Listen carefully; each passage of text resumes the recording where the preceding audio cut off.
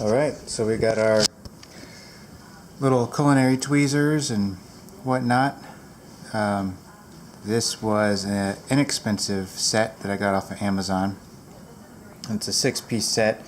There's a pair of each, so it's 3 different styles and 2 each of the styles. And these you can use in the kitchen. They're stainless steel, so they can be cleaned, they can be sanitized. You can use them with high heat and you shouldn't have an issue.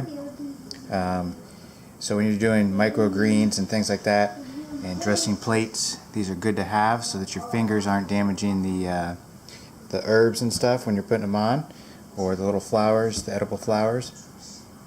So you just use your tweezers.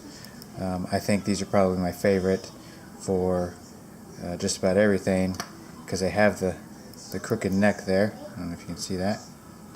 See my camera focus. That crooked neck there.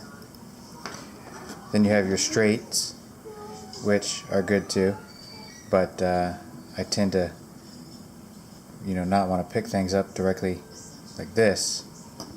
I would use something like this so that I don't have to, bend my wrist and all that good stuff. And then you have these offset ones, which I haven't really found a use for them. These are just kind of a waste to me, but it's not bad if you had to kind of elevate over something, to go deep into a plate. But tweezers have more than just a culinary use, obviously. It's for picking bugs or moving delicate items and all kinds of things off your garden and whatnot. A lot of people in the medicinal realm use these as well.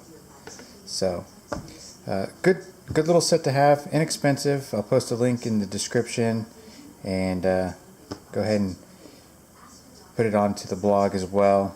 Just a quick little blurb with some uses that you can use them with. Obviously cooking, but there's plenty of different uses. Alright, hope you enjoyed it. On to the next.